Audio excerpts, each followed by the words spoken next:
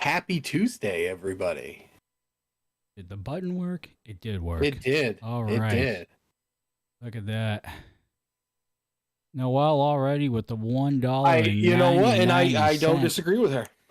With the $1.99 super chat, the dudes would never last a second in the asylum. Nope. Let's see Twitch. Twitch, we have a couple over here. We have Queen Vampira subscribing at Tier 1 for 29 months. And just recently, I Love Pro Wrestling 1234 subscribing at Tier 1 for 31. Thank you much, guys. We actually have some announcements for Twitch. We'll talk about that later on in the show. But Coastal. Yo. How you doing? Doing good. Interesting episode of Charge tonight. Interesting tag team in the end. And I can't wait to get everyone's thoughts on the very end, because that was very weird. Well, before we continue with everything, ladies and gentlemen, welcome to another edition of the Dudes and Belts Recharge Pro Show here on Twitch and YouTube. I am your host, Johnny Deathdrop.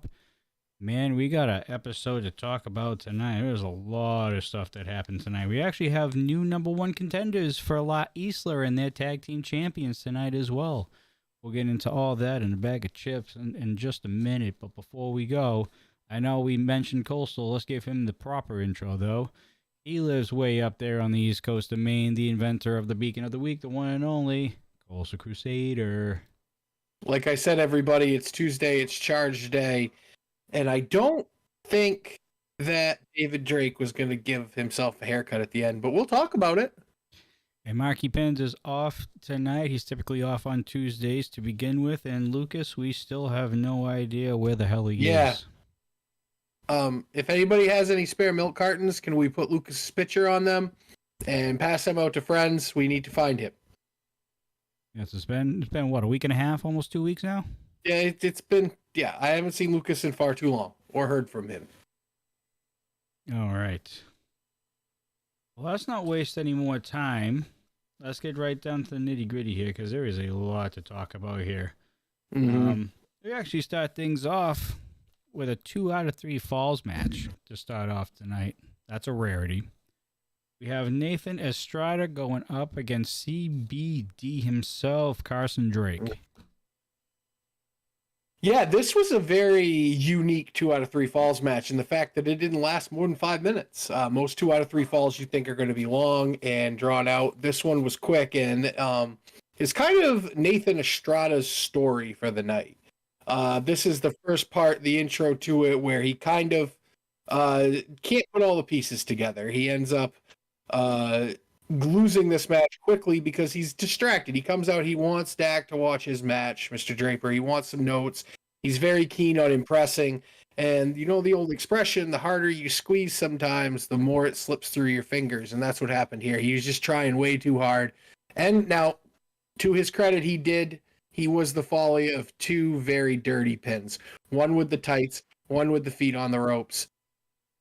I'm telling you, CBD came prepared. I don't condone what he did, but this was a great way to look at your opponent, see that he is distracted, and see that you can score a quick victory. So quick victory for CBD here. Hey, man, that's using your head, and that's picking up a quick win. But Estrada gets his redemption at the end of the night, but we'll get there. Yeah, I gotta say, Nathan has had one hell of a night, that's for sure. A lot of ups and downs, too, starting off on the low end of things, but man, did he finish on a high note. We'll talk about that later on in the episode here, but CBD gets another win. Actually, gets a pair of wins, technically, in this matchup. What's your thoughts on CBD so far in his young Rocky Mountain Pro career? My thought is very impressive. Has the talent, you can see it, needs to apply himself. That is something that we have seen out of some of these young guys when they first start. He's very, I don't want to say cocky. He has a very high opinion of his ability and what he can do. While he has shown that in flashes here, he has yet to show me that he is focused on getting to the top spot. He wants to make everyone look at him, but to me, he lacks a reason of why we want to look at him. Tonight was a glimpse of what he can do, but again, it was a couple of questionable pinfalls. So I really want to see him get a clean win, but the talent's there. It's just, can he unlock the motivation to work harder? Can somebody get that microphone away from his face at times? Be great. You know what? It's one of those things. He passes the eye test till he opens his mouth. That is for sure. All right, moving on here in this episode. Lord Mitchell Taylor has really had a rough few weeks. And I think I kind of feel bad for him at this point. I think we can all agree that Lord Mitchell Taylor has had quite a bit of rough times recently. And he's just backstage with Mick Diamond, and looks like he's training or teaching Mick Diamond some things in the process. And I don't know which triplet's down there working on his shoes, but it looks like a Teddy the Towelboy sighting. I don't know. But either way, one of the triplets was helping Lord Mitchell Taylor out. And out comes Derek Stone once again. And he still thinks that the OGs are still a thing. Well, Derek likes to live in his own world. And in his world, the OGs are still a family and they're still together. Mr. Planquet apparently is still suffering from shrinkage and is not to be seen. And our Lord, Mitchell Taylor, says he wants nothing to do with Derek Stone. Now, Derek, before he can answer that, needs to go handle his personal business with his wonderful significant other. She's a little bit of a pushover, but he gets around that. And just, I feel like Lord Mitchell Taylor right now is the dad who's on the road trip, and both kids are screaming, the wife is mad at you, and you have very little air in your tire, and you don't know if you're going to make it to the gas station. If he had any hair at this point, he would be pulling it all out, because for the past 6 weeks, nothing has gone right for Lord Mitchell Taylor. No, definitely not recently. I mean, I Never Broken, we saw the OGs officially splitting up, and now he's dealing with a Derek Stone problem. Mm-hmm. And Maxine. And apparently Maxine is now found her way in the middle of this whole entire thing with the former OG partners. Maybe she can sweep all of the confusion under the rug. Although she is pretty good at commentary. She's pretty good at commentary, that's for sure. I put her above Johnny Casanova.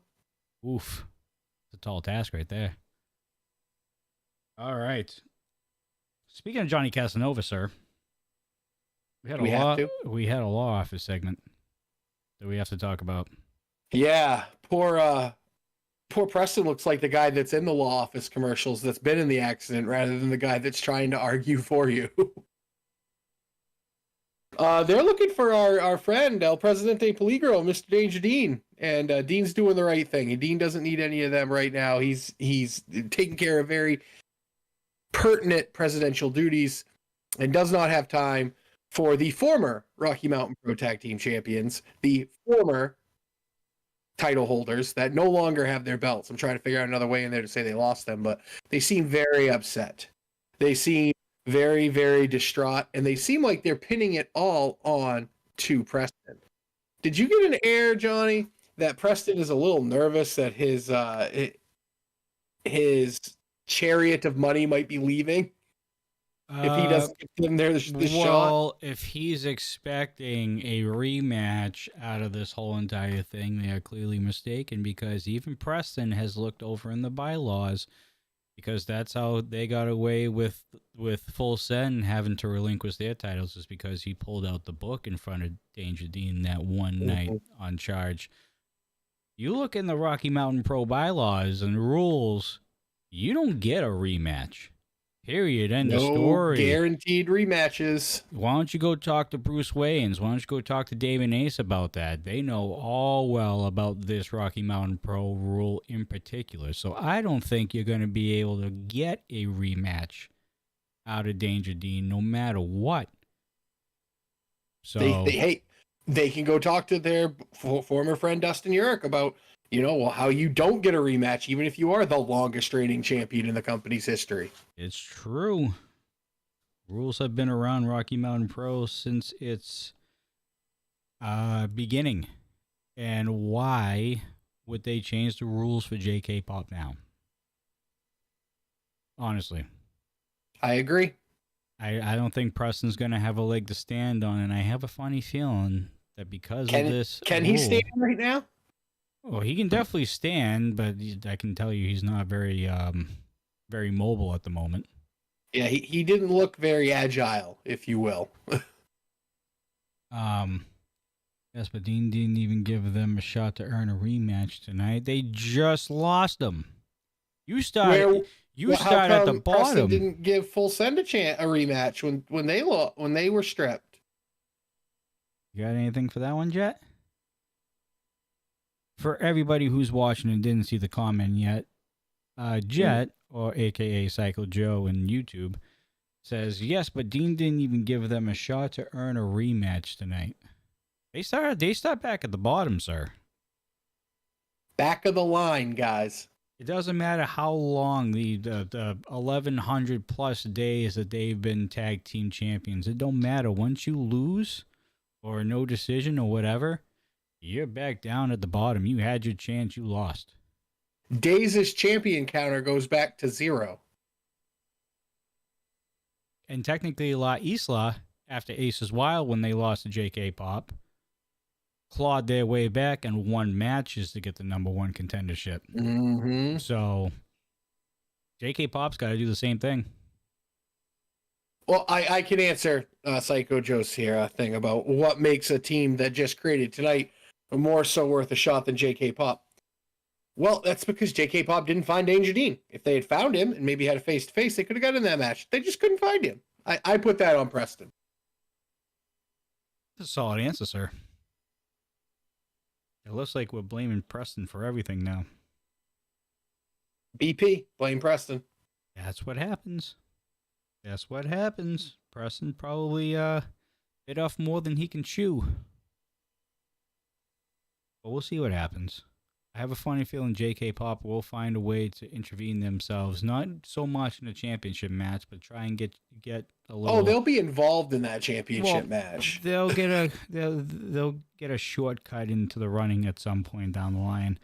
Obviously, JK Pop isn't going to stand down for this. Obviously, they're going to try and reclaim what they think is rightfully theirs, and we're just going to have to see what happens. That's the beauty of watching an episodic television show every week, is because you never know what's going to happen.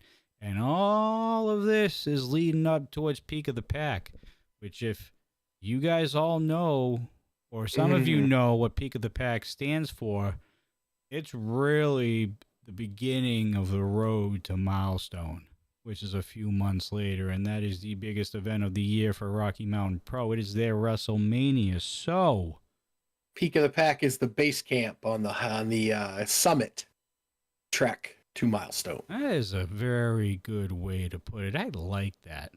Peak of the Pack is the summit all the way to the peak, which is Milestone 13.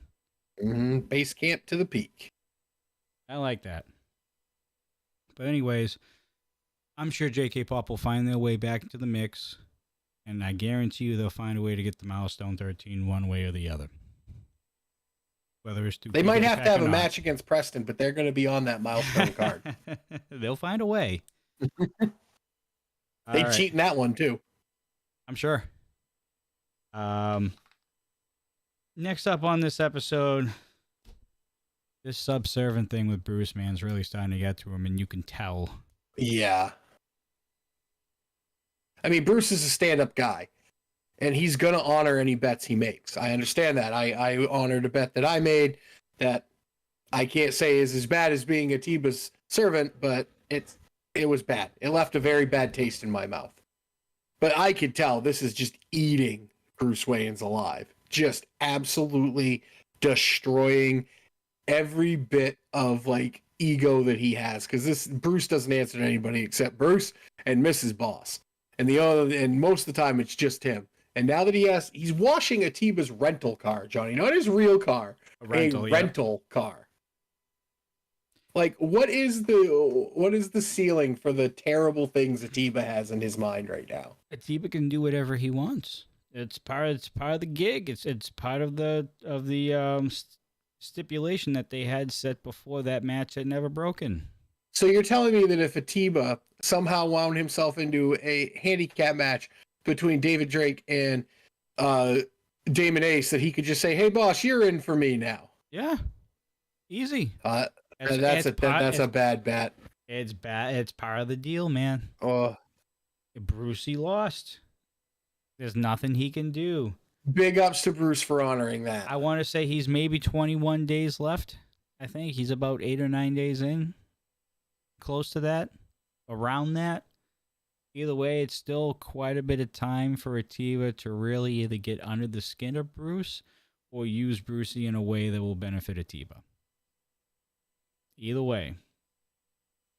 Bad bet for Bruce. Yeah. Huge W for Atiba. And that's the way you're looking at it right now, and it shows. We're going to have to see what happens. Who knows how long Bruce Waynes is going to deal with all this subservient BS that he's going through with Atiba. We know at least 30 days. Yeah, but will he make it to 30? That's the question. What happens if he doesn't? We don't know the repercussions on if he doesn't. That is true. That was never speculated nor stipulated or anything like that. I haven't heard of a rule in place. I'm sure Atiba would make the rule, obviously. Oh, absolutely. But we're just going to have to wait and find out. But as of right now, Brucey's not in a good way right now. You can't really say I blame him. True. All right. Next matchup on this episode of Charge, we had your Lord Mitchell Taylor going up against a very angry Sledge. Yeah. Sludge again. This was an episode of waste little time getting the job done. I know Lord Mitchell Taylor didn't have his full attention on Sledge, which is always a bad thing because his friend Derek Stone makes an appearance again with Maxine. They're out there cheering him on. You know, I give him props. I remember that, you know, Lord Mitchell Taylor did say, please stay out of the business. Apparently Derek Stone didn't hear him or chose not to listen because he's out there. And after Mr. Taylor turns around, he receives the sledgehammer to the middle of the chest. And that's all it wrote there, Johnny. Johnny, getting to Sledge, how motivated do you think Sledge is to get back to Drake, given what happened?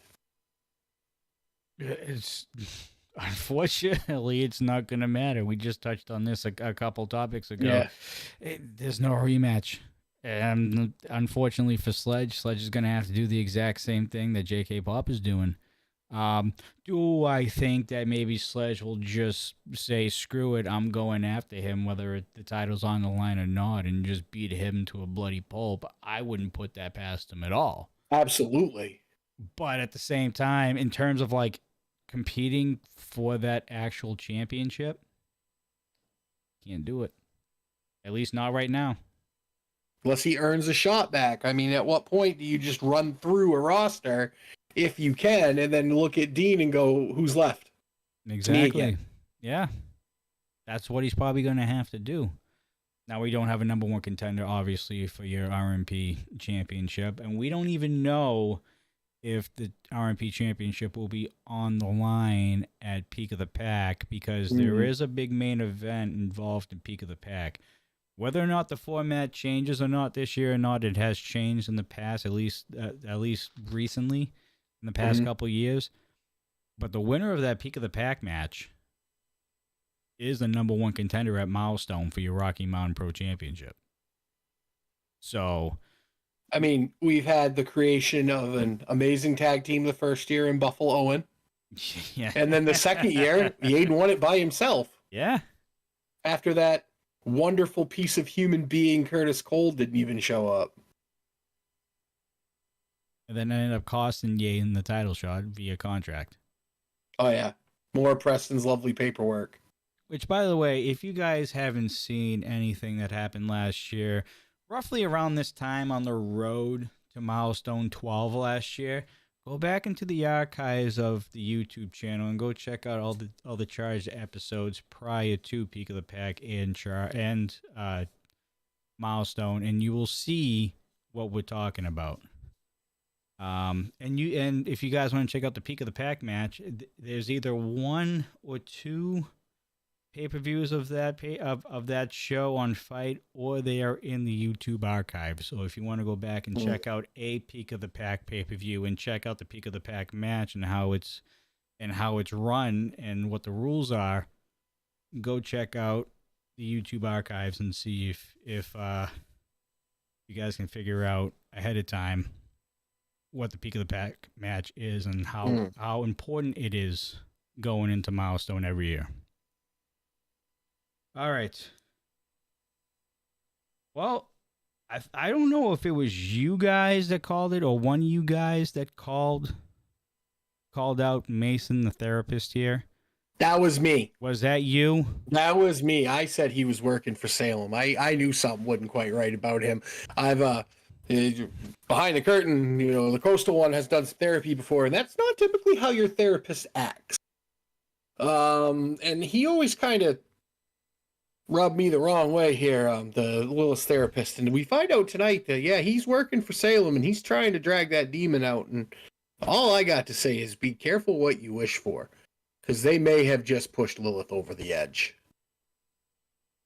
Apparently he's an orderly, too. Apparently he doesn't want to be in the asylum because he's doing this to get out. Yeah. Do you ever really get out? We haven't seen it yet, to be honest. I'm pretty sure the asylum's a whole lot like the Hotel California. You can check out anytime you like, but you ain't never leaving. Now, question is, does Lilith bring out the demon that she can't control inside? That's the thing. 3 options here. 3 options. Can she control it? She finds a way to keep that demon inside and become the warhammer that she is right now. B, she ends up caving to her demoness feelings or whatever it is, whatever you want to call it. And she ends up folding to the asylum. Or 3, does the demon come out in attack or in offense to the asylum, and she uses the demon to her advantage against the asylum? Those are 3 very interesting thoughts. I honestly think number 1 is impossible. I don't think with as much as the demon has been brought up, with as much as it is now in the forefront of Lilith's mind, if it wasn't before, and how much that, for some weird and perverse reason, Salem wants to bring this side of Lilith out. Is it to finish Lilith off and get rid of her? No. And I say that because Salem is a smart and devious man. And where I'm going with this is, I feel he wants to bring the demon out to try and tame the demon and bring it to the asylum. I think he is collecting an army, and he wants the demon. I don't know. I really think that's the case. I think he wants something. Salem never gives up on something he wants. We've seen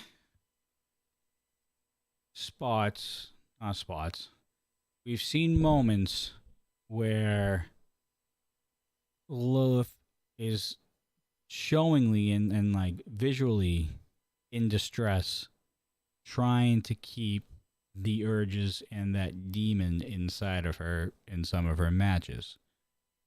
There has also been moments and matches where that doesn't even exist.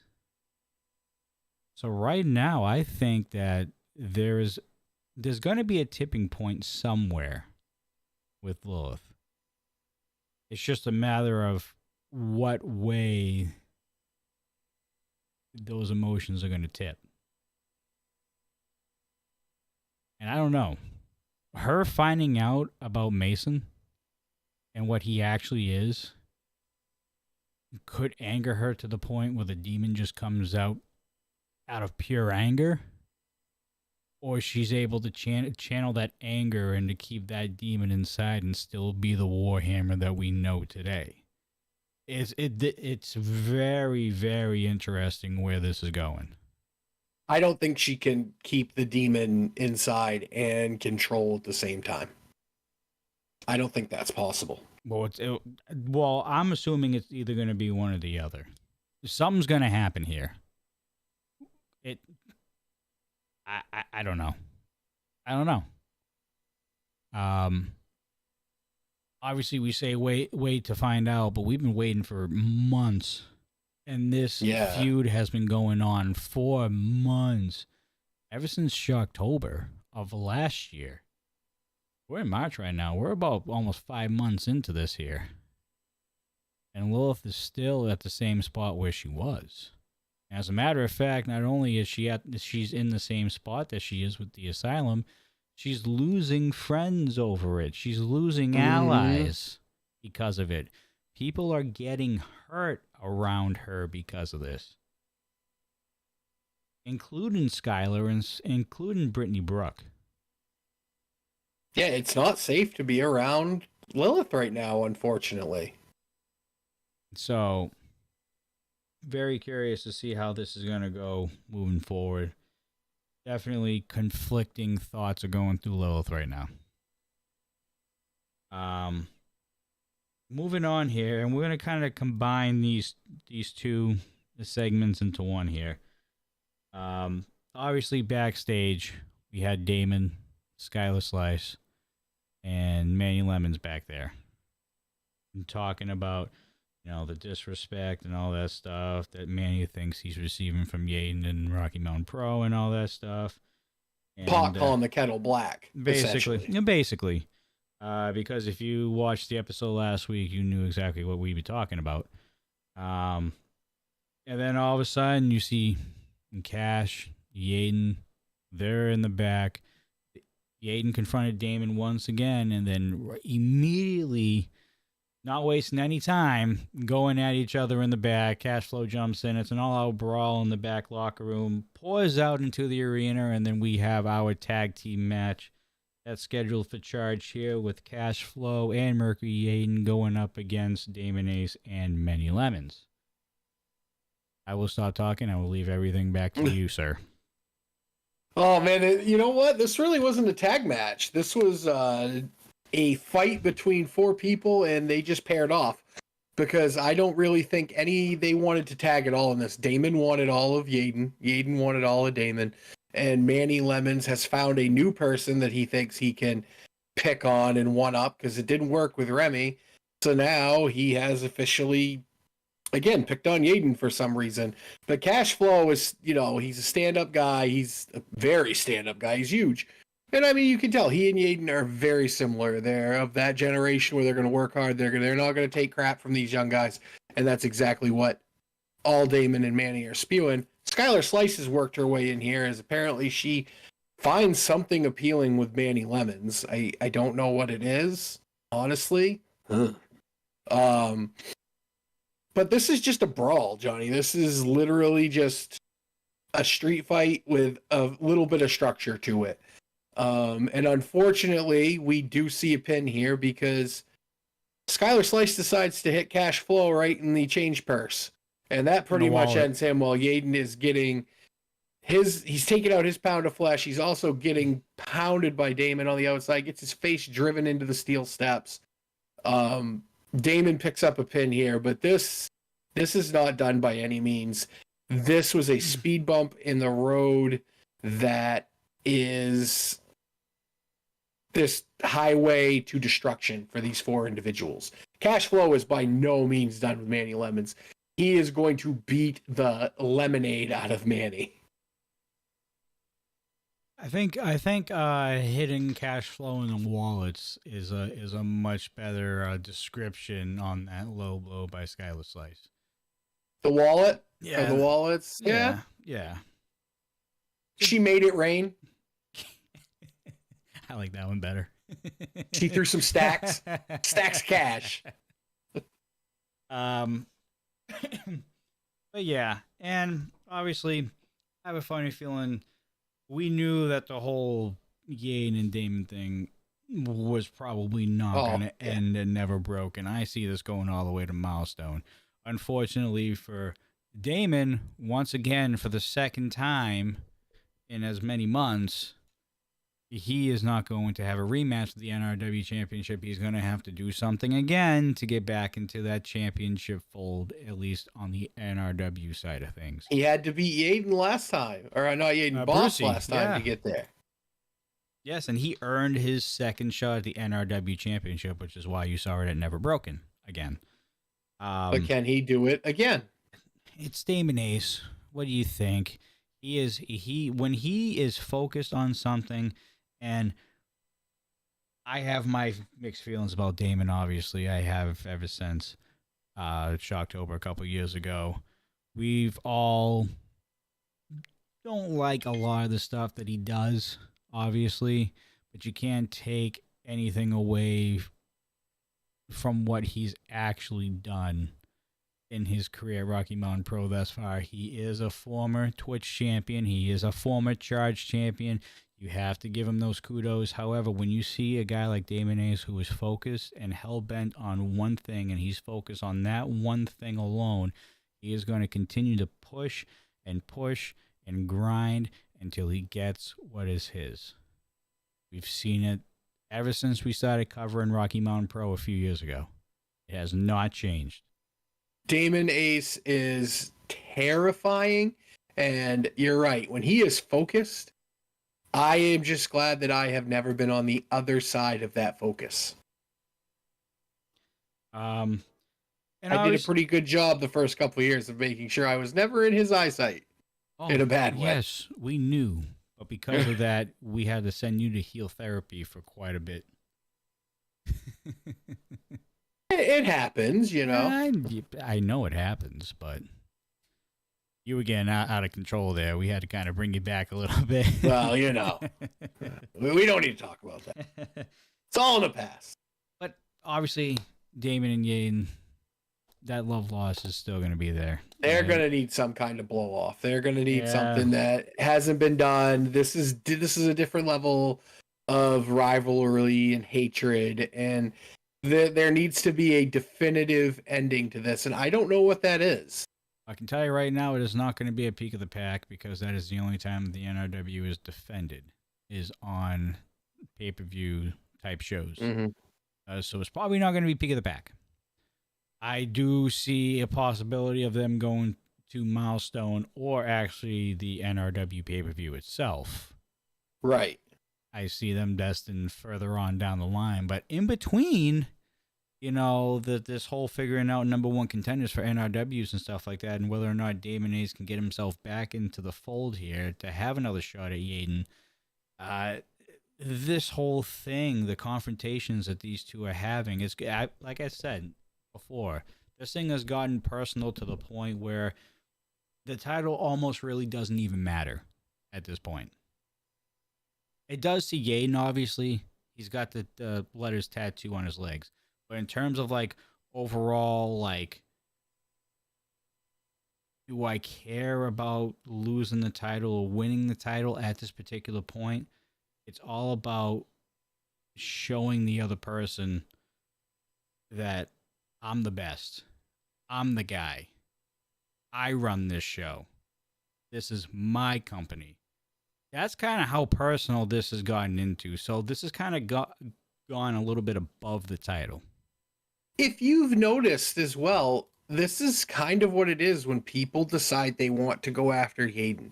It's very rarely about a belt or something that Yeadon has in his possession. It's more about the clout of, I took down Mercury Yeadon. No one's really done it yet. Not without help, at least. Right. So, if you go back and think about it, when JK Pop won the tag titles back the last time, they beat the tag dudes when they were still together. It took miscommunication and brass knuckles to do that. And as far as Cash Flow and Manny Lemons, I hope Cash Flow just chops the holy hell out of Lemons all the way back to Utah. I hope he zests Manny Lemons. God, do I hope he zests him.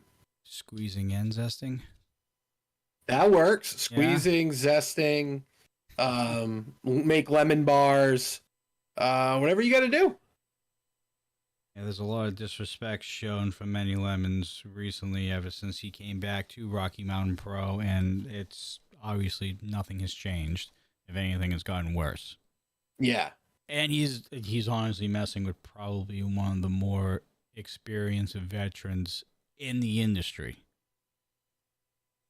Pretty close, at least at that level of wrestling. And a man that will chop your lungs through the back of your chest. I mean, again, I'll even go over the accolades of Cash Flow, man. He's a national champion holder at OVW. He's a 2-time OVW heavyweight champion, and he is a 6-time tag team champion over in OVW. Plus, this is a world-traveled Grizzly vet. He's been everywhere. He's been in the business for an extremely long period of time. And I'm sorry, but if you're Manny Lemons, that is the wrong guy to start picking fights to. Yeah, not a great decision, Manny. All right. Gino Rivera was kind of having a rough night. Or at least we thought he was going to have a rough night. Yeah, I don't know who's supposed to be tagging with Gino. He didn't say. Who was it? He didn't say. Yeah, somebody he obviously trusted. And now let's face it. Would I trust Gino Rivera? I don't know. But if he trusts you, you must have something he wants. He's not just going to trust you because he actually cares about you. Let's face it. That's not Gino's MO. But he got stood up tonight. And I will give Nathan Estrada a lot of credit. He had arguably the worst showing he's ever had in this first match tonight. And he found an opportunity to try and make use out of this sundae he spilt on the floor and scoop his ice cream up and still eat it. And he found a way to do it. And he actually, if you're going to pick a tag team partner, somebody like Gino Rivera who finds ways to win and is a little bulldog, he's a good pick. Yeah, he's got, obviously he lost his opening contest tonight, but that kid's got spunk. Yeah, he does. Really does. You know what? Estrada's growing on me. I think what it is it's the willingness. He wants to get better. He feels he needs to get better. He keeps on asking people to watch his matches because he wants to know what he's doing wrong. All the time. And that endears that to me. Like, he wants to perfect the craft. He wants to get better. It shows he's not in this for the fame or the money. He genuinely cares about it. So, big ups to him. All right, and we'll talk about them later on in the main event. Skye Horseman backstage talking about Craig Fairley. We saw these two go at it not too long ago. They had one hell of a match. Mm-hmm. It looks like these guys are going to be destined again for another encounter from what it sounds like a supercharge coming down the road here. Yeah, that's kind of the vibe I got, was that Mr. Skye Horseman, who, by the way, at the end of the promo, seeing what he's drinking, I'm not getting in a plane with Skye. That's first and foremost. That man can go fly by himself. What if he's not a pilot? Well, if he's on the plane, yeah, because he's probably got Preston's credit card with him from the law office, so I'll sit next to him on that one. As long as he's not flying. He really needs to put some respect on Mr. Fairley's name when he says it, because, yeah, Skye, you came out on the right end of the first time, but you didn't do it. You didn't do it the right way, and that's going to be a problem, because Craig Fairley does not forget when he's wronged, and he will come back and he will extract his revenge. You may be biting off a little more than you can chew, Mr. Horseman. Now, I say that you are a former Ignition champion. You did win the first drive for 5. You did align yourself with JK Pop. You're making those right decisions. This might be a bad decision. Well, maybe not the JK Pop decision, but he gets to hang out with Lola. That's true. I wonder how Caden feels about that. Oh, I bet Caden is fuming that she comes out to Skye's matches and not his. So keep doing it, Lola. That's a good decision. All right, we have Johnny Dewdrop with 99-cent super chat. Do you have a second account? I'm sitting right here, not touching a damn thing, so obviously not. This is, again, I think I said this the last time too. This isn't the first time that I've had somebody twist my name around in a way and use it for an account. So I've even had people that have replicated my avatar and my name and put like a number next to it. Like there was a Johnny Deathdrop like 2, Johnny Deathdrop 25, and stuff like that. So hey, the way I got to say it is, if you want the Coastal Crusaders identity, you take it, but you take the bills that come with it. That's true. Solid. Solid point right there. You take everything, not just the good stuff. All right, let's take it back a little bit here. We know what Skye Horseman's all about here. All right, he's a veteran of Rocky Mountain Pro. He's been in this organization for a while. He took some time off. He came back recently, and he is now riding high. All right. Craig Fairley, on the other hand. Boy, has he become a huge RMP favorite, and he is impressing a lot of people, not just the fan base, but a lot of people in the locker room as well. What are your thoughts on Craig Fairley right now in his short career here at Rocky Mountain Pro, and where do you see him going? Honestly, it's one of the most impressive starts I've seen coming into Rocky Mountain Pro. This man ended up having a match against a psychopath and hurting him and almost coming as close as we've seen to anybody in winning this. The ceiling is as high as Craig Fairley wants it to be as long as he continues this focus, and I see no reason why he won't. I expect giant monumental things from Craig Fairley because this man has almost the complete package. He's a striker. He's got speed. He can fight. He can grapple. He's got the mixed martial arts background. He has everything. Now it is putting that all in the correct order and finding ways to overcome giant obstacles like people who bend the rules, people who have help, and absolutely just monsters of people like David Drake. When he figures out these little things that take a long time to figure out, how do you combat people that have partners at ringside? How do you do this? It's all reps. Once he gets more reps, it's going to be scary. Craig Fairley is very high on my list of people to watch. All right. We need to talk about Brett Buff Shea here for a second. It seems like he's calling out our reigning Ignition champion currently right now. What are your thoughts on this? Brett Buff Shea. I think we saw him on the pre-show of Never Broken. Am I wrong? Yeah, I think so. And hey, man, you know what? If you're going to try and make a name for yourself, why not go with somebody who's on an absolute complete roll right now? I don't know what his issue with Zamora is. He seems like he feels upset that Zamora is getting certain treatment that he's not. Well, bud, he has a belt.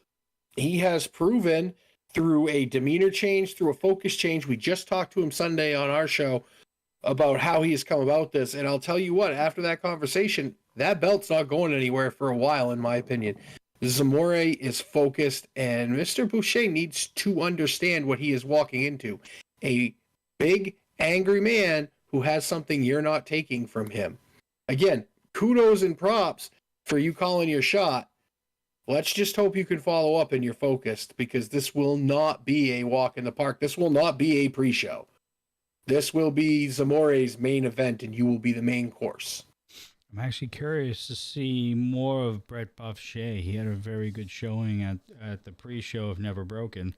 That should be a very interesting matchup. That's a pretty damn good Haas fight, if I do say so myself. Oh, I agree, absolutely. If this comes to fruition, obviously. Fortune 4, thank you for the 99-cent super chat. And thank you. And thank you for not butchering my name. Greatly appreciate it. Yeah, I mean, he just got here, and he's expecting his face on posters and to be in interviews and stuff like that. Well, you kind of have to show the RMP faithful and ourselves what you're all about. Yeah, I mean... So... Ask some of the other people that have come in here and think that they are high and mighty, and that they, as a real quick reality check, that top to bottom in this locker room, you got to work or you're going to be left in the dust. There's a good chance that you won't be able to make it on Dudes and Belts. That's true. All right. We'll see what happens.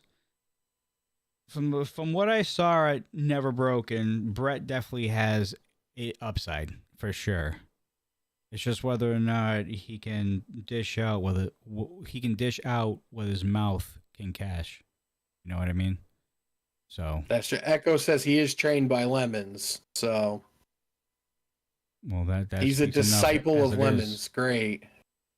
Oh, so he's just as rude as disrespectful then. Does that mean we call him a Lemonhead?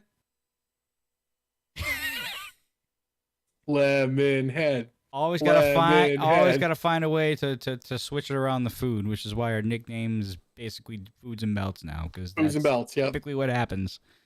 It's actually not that bad, honestly. Lemonheads. It should be a faction now. It's growing. It's gonna trend at Rocky Mountain Pro very soon. Hashtag Lemonheads. Get already. Beat me to it. All right, we got a main event to talk about here. We got a Four Corners tag team match. Right up your alley, sir, and that's one way to finish off a charge. I mean, absolutely, and what a great Four Corners tag match this was. You had your Kansas Luchas. You had the new tag team that we saw of Gino Rivera and Nathan Estrada, who we weren't sure how this was going to work, because the last thing I heard Gino say to Estrada was just stand in the corner and don't do anything. Which we'll see at the end of this. It's a good thing he didn't do something. The three-ring circus, favorites of mine. It's great to see Nine and happy. I'm drawing a blank, Johnny. The last tag team. I'm sorry. We had Gino and Estrada. Yep. We had your starting lineup. Your starting lineup. Thank you so much. Three-ring circus in Kansas. I don't know how Luchas. I could forget your starting lineup, because they have new gear. And it looks great. They come off that big win. They're a cohesive unit now. I love the lime green, right up my alley. Briscoe, I don't know how you do it, buddy. You're still limping around. You're on one leg, but you're finding ways to win. And he's in the finals of the Grand Prix, man. March is Briscoe's month, man. If they move Milestone to March, look out, because the man's going to be undefeated. That's it. This match, honestly, now I understand it was a big surprise win, and we'll get right to it. Gino and Estrada come out of this with a win, and they are your number one contenders. Let's talk about how we get there, because if you work backwards, really the only offense they have comes at the end when they win. A lot of this match is your starting lineup and the Kansas City Luchas beating up people. Bruisador is an animal. That man and our favorite Chonka Lucha work so well together. Their tag, that sequence where they tag, hit, tag, hit, tag, hit. They just need a couple of breaks, and they're going to be right up there fighting La Isla. It just wasn't in the cards tonight. The circus, I don't know if it's a lull. I don't know what's going on. I don't know if maybe Nine and Happy had too much candy tonight. They just seemed like they were a little lost out there. I know they're going to get back on track. I'm not worried about them. I'm not worried about your starting lineup, because anybody that can come through what they just went through in that tournament and almost disbanding and then coming through, fine with that.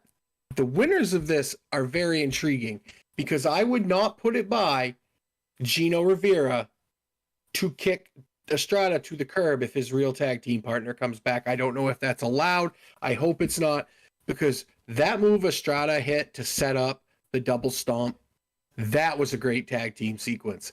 I actually like these guys together. I just hope Gino can check the ego and maybe give Estrada some of the help he's looking for. I'm telling you, Johnny, if Gino kind of took Estrada under his wing, he could teach him a lot of stuff. And I think he'd have a very formidable tag team partner. And they can give La Isla a run if Gino is willing to work. Oh, my God. He migrated over here. I love the name, but I love the bottom. I love the super chat better. Break the stalls down. Lion fart Chris Jericho. He broke me. Break the bass stalls down with a 199 super chat. Oh man, That's a good one. but yeah, He was I mean, on Johnny, Twitch for a if while, man. Yeah, if Gino can put his ego aside, La Isla's in for quite the challenge. I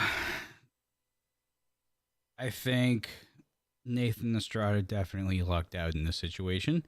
However, Nathan Estrada, regardless of what Gino says, did give Gino the assist and the go-ahead to be able to pull this match off. Let's go down the list here. Kansas Luchas. We haven't seen them a lot as of late. I think Kansas Luchas obviously has an upside. I mean, Chonkla Power, man. I mean, there's no break in that momentum and that movement. I see them being a formidable tag team going forward here as we get into the milestone season. The three-ring circus, Jet actually made, I believe, a correct point for the first time in a while that Nine and Happy were not tag team champions at Rocky Mountain Pro. They have been tag champions outside of Rocky Mountain Pro, but just not in Rocky Mountain Pro. So I think Jet is right on that. I will give him his due. However, Three-Ring Circus is always going to be around. And with the leadership of Simbodi now, with the Three-Ring Circus, that only raises their stock up a little more. And I can tell you right now, Nine and Happy are definitely getting some pointers from the Warlord of Weird. That's for sure. What a guy to learn from, huh? The Warlord of Weird. But they're going to be in the mix. They're always in the mix, and I don't see them not being in the mix anytime soon. They're just always in that match. Sometimes they pull through, sometimes they don't. But when they do, it's amazing, and they're a cohesive tag team. They have been since day one that we've watched them, and they continue that same cohesive chemistry. It's a four corners match. I mean, you have four teams vying for one spot to face La Isla. One of them is going to win, and in a match like that, it's going to be chaotic. So maybe Three-Ring Circus, that might not be the match for them with how many teams are in this match. And your style lineup, I mean, it's like this, man. I know they're riding high ever since Never Broken, and they won that match. Again, Briscoe Crown, man, cannot lose in March no matter what you put in front of that man. He is still getting it done, even on one leg. Thursday is going to be a very entertaining match to watch. I wouldn't miss the finals of the Grand Prix if I were you. And we'll talk about that shortly after this. And Kendrick, I mean, he's winning some and losing some, but the matches that he's losing, he is looking impressive. And it shows the work that they, as a collective unit, are putting in to get better. I'm going to make a bold prediction now that I think a number one contendership for those titles, whether it's La Isla or whoever, your style lineup is going to get that opportunity sooner rather than later. I'm telling you that right now. But tonight, it was Gino's night. It was Nathan's night. Nathan started off on a low, losing to CBD Carson Drake, which I believe he is in chat on YouTube. And he comes back here, joins Gino at a time when Gino needed somebody, and he ends up getting the dub. And now Gino Rivera and Nathan Estrada are your number one contenders for those tag team championships. Who would have thought we would ever be saying those two names together? Well, it wasn't the plan. That's the thing. I know, but just out of the grace of God, I guess. Right place, right time for Estrada. Yeah. Business is funny sometimes. Playing strange, pal. So that was your main event of Charge. But that wasn't the end of the show. We did see a little bit of a vignette or some type of video that played going into the end and the outro of Charge here of David Drake with a knife. Yeah, he likes to watch TV in weird ways. He apparently was watching Sledge highlights, and apparently he was either going to cook steak or make salad or shave his head or make a ritual sacrifice. I don't know what he does in his off time, but I don't want to know, and we need to keep the sharp objects away from him. Well, Sledge was on the TV. Yeah, So I don't want to be on David Drake's TV. I'm curious to see if that's even going to continue. I mean, there's still a lot of answers here. We know that Sledge questions. We know that Sledge can't compete for the RMP championship again. There is no rematches, obviously. He has to earn his way back into that spot. There's a fascination there, and I don't know what it is. I can't figure it out. Do you have any ideas on why David Drake, after everything that he's done to that man as is, what other thing could motivate Drake to continue to go after Sledge? I think that's the thing for Drake right now. What else does he have to do? He put Owen down. He's put everybody down in front of him, and they don't come back. And Sledge keeps coming back. So I think it's one of those odd things that's like a train crash. You can't look away, but you need to. Drake can't let go because he can't put down Sledge. He has to figure out how to kill it. And what's he doing with a knife? It's symbolic for something. What is it? How do you kill a snake? Chop his head Cut off. its head off.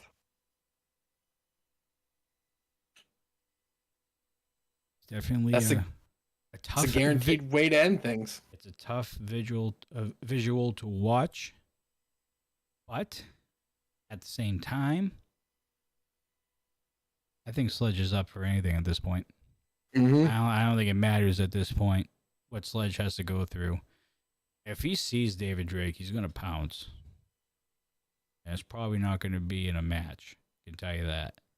Oh, no. It'll be parking lot. It'll be at Pizza Hut. It'll be at Bout Time. Anywhere. We'll take a phrase out of La Isla's mouths for a second when they were going after the tag team champions. You know what that is? On site. So, I think that's where Sledge is at. Mm-hmm. On site. The minute he sees him, it's on. And who knows? It might be the last time. Because who knows if Drake's going to get the upper hand again. Yeah. And I would have never thought that Sledge would be put in a situation or even put in that frame of mind, knowing that no matter what he has tried to do with Drake, Drake has put him out every single time in some way, shape, or form. Mind games are through the roof with Drake. That's what he does best, man. He doesn't say anything because he doesn't have to. And not just to Sledge, but with everybody in that locker room too. I mean, again, you brought up Owen Easton. What happened with Sergey? We know that Sergey came back last week, but where was he before? And where's Lucas? Where in the holy hell is Lucas? I don't know, man.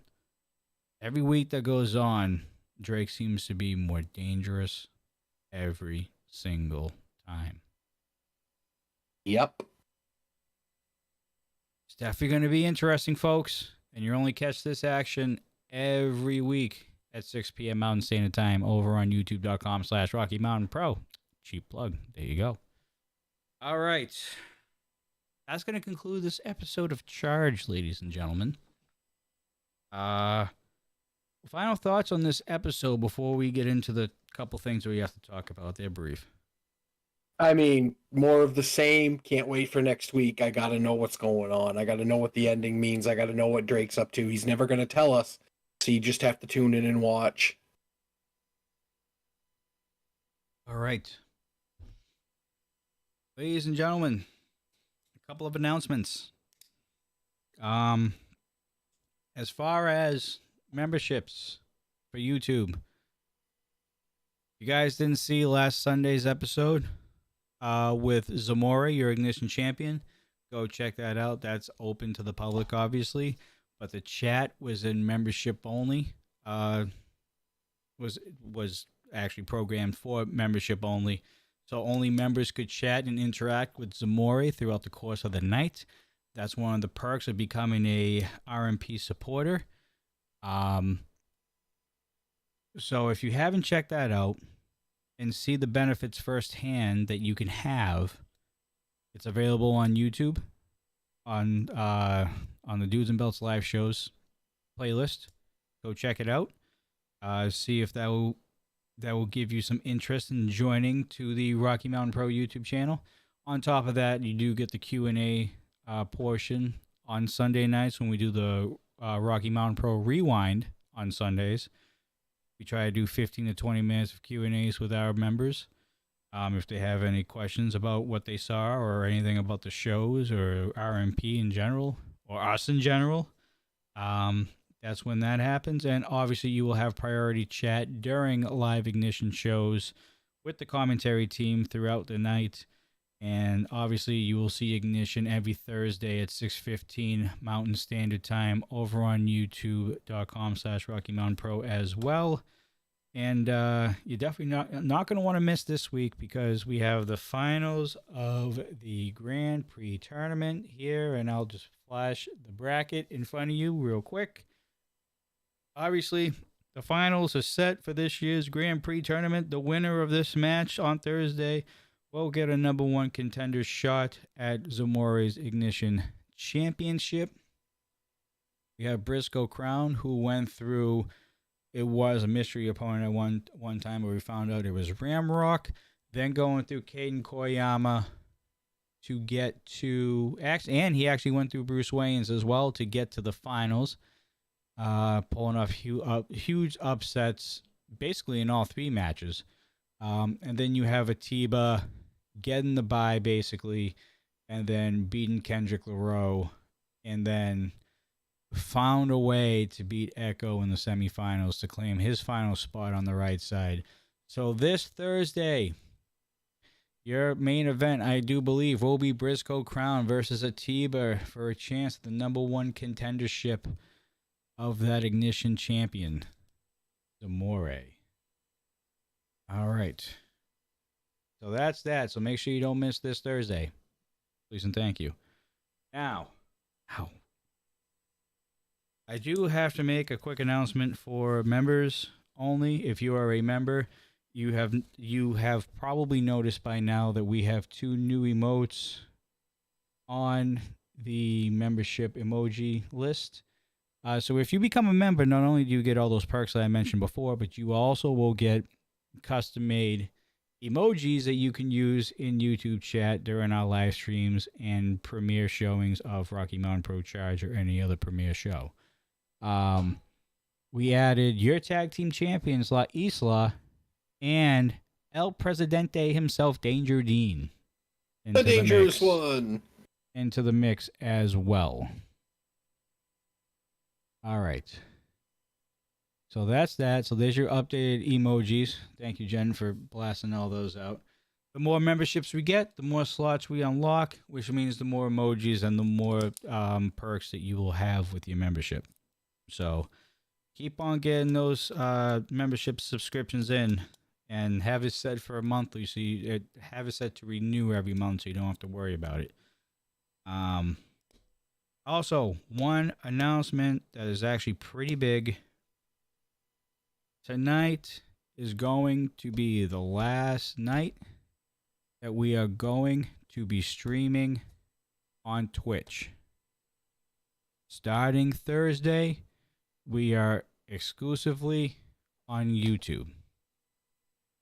That is not saying that we won't do Twitch streams from time to time, but as far as our main shows between Charge Ignition and Dudes and Belts shows, those will all be exclusively to YouTube for now on.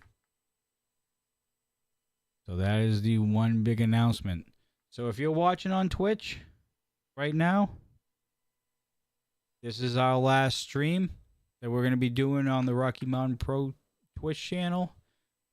If we have a mod, I think Just Your Average Jen is a mod over there right now. If you can post the link to the YouTube channel, subscribe over to YouTube, turn on the notifications.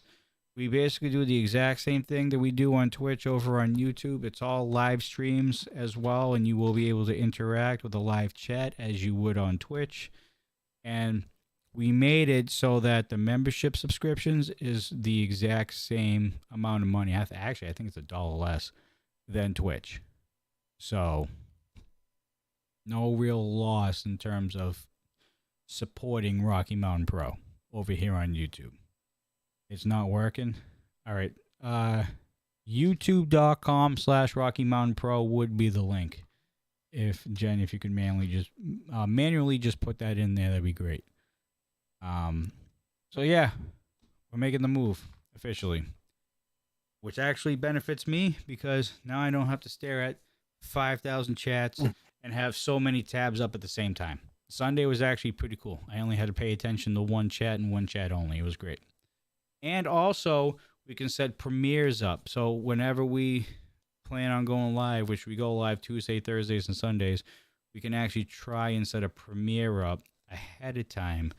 So that if you're scrolling through YouTube and you see a premiere of Dudes and Belts, you'll see it and you'll see the time that we plan on going live, and there's your notifications right there. Hours before we even go live. So I will be able to do that now on top of everything else. So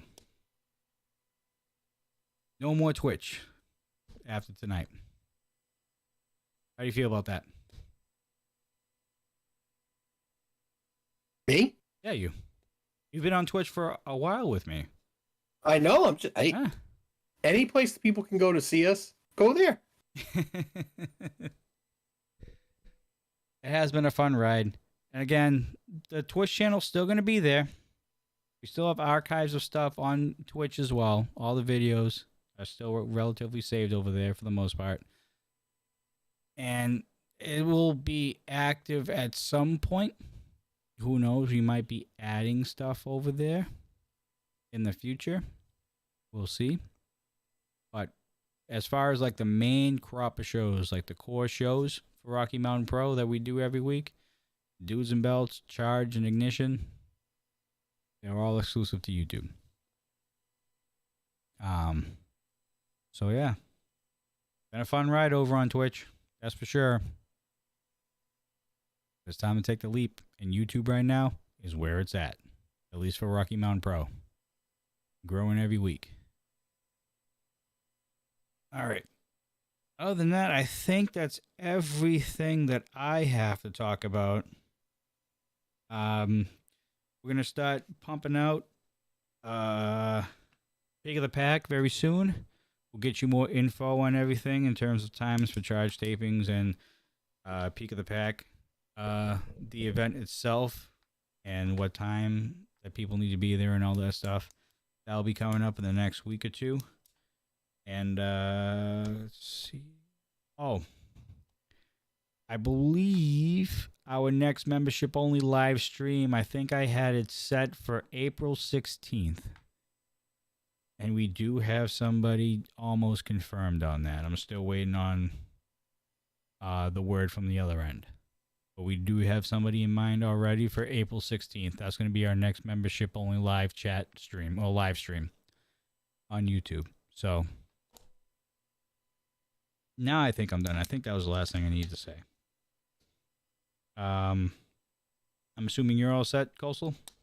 I am good, man. I am good. All right. So actually, there's no need to raid tonight, because we're signing off for good on Twitch for now. So for everybody on YouTube, we thank you so much for watching us again. And I actually probably should have said this before. If you haven't done so already, please like the stream. Leave a comment on the bottom at the end of the stream.